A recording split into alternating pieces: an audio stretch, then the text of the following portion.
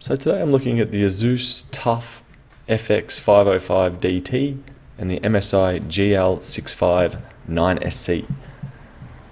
As you can see, they're both 120Hz screens. The Asus has RGB keyboard, where the MSI only has red, or at least at this price point. I do find I personally prefer the MSI keyboard as there's no chassis flex when typing, as opposed to the Asus that does have some travel. Physical size wise, they're both extremely similar, with the MSI being slightly smaller.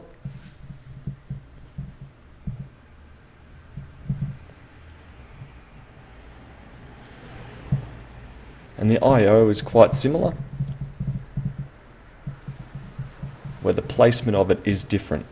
Where the Asus has all its I/O exclusively on the left hand side, the MSI does also have moves two USB ports onto the right hand side, as well as a charger port. On the back, they're both very similar.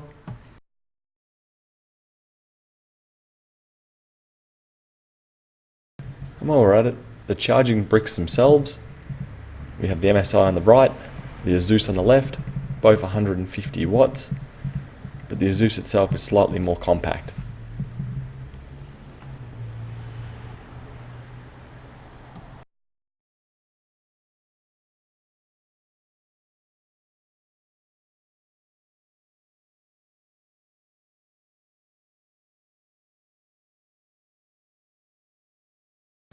With the panels themselves, I've been struggling to actually notice any difference between them.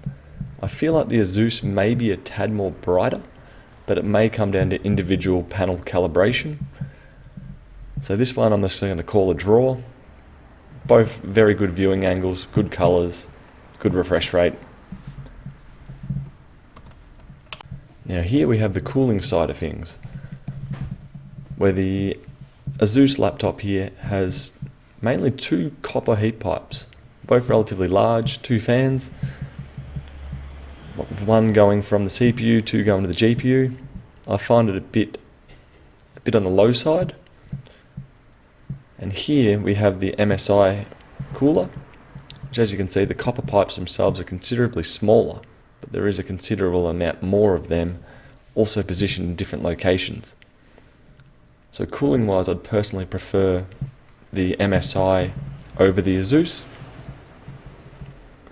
Also, the ventilation on the bottom, the MSI definitely has a lot more breathing space with a mesh grille covering the majority of the bottom, where the Asus is just typical hard plastic. Another thing here is speaker placement. The speaker quality themselves are fairly similar between the two, where on the Asus, down the bottom here, bottom left hand front, we have one speaker. The front right hand side, we have the other speaker.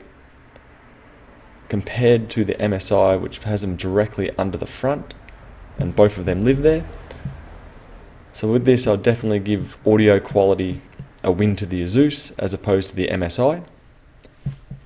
And finally, gaming. How do we go with that? Well, on average, I found that during my Counter-Strike tests, the MSI with the i5 9300 was generally going about 10 to 20 FPS better than the Asus, both supporting the same GPU, but the Asus having the Ryzen 7 inbuilt into it. So as you can see, the results pretty much speak for themselves.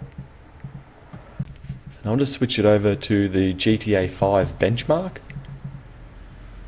As you can see, there's around about a 10 to 15 FPS difference also in this game as well. Both are fairly similar GPU usage. So I'd put that down to being the individual processors being the main difference. So overall, performance-wise, the MSI wins out with this. But as with everything, price to performance is always something that needs to be factored. So if you're looking for a budget machine, you may very well be worthwhile going towards the Ryzen 7 Asus as opposed to the Intel MSI. So that would come down to your own individual choice. Personally, I'm happy with my purchase of the MSI, where its performance, cooling, I/O, and also the lack of chassis flex while typing is definitely a positive, where I found the Asus has a constant tapping noise whenever you're typing on the keyboard, which would become a bit irritable over time. Granted, it does have the RGB bling, but that's something I'm happy to trade off. So in summary, if you can find either of these at a good price, and you're willing to accept the various flaws that each machine has, I think you'd be pretty happy with either of them.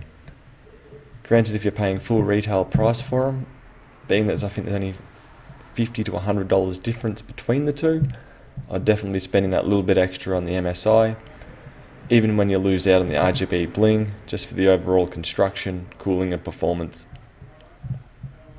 Anyway, these have been my thoughts on these two budget gaming laptops, and I'll catch you in the next video. Bye.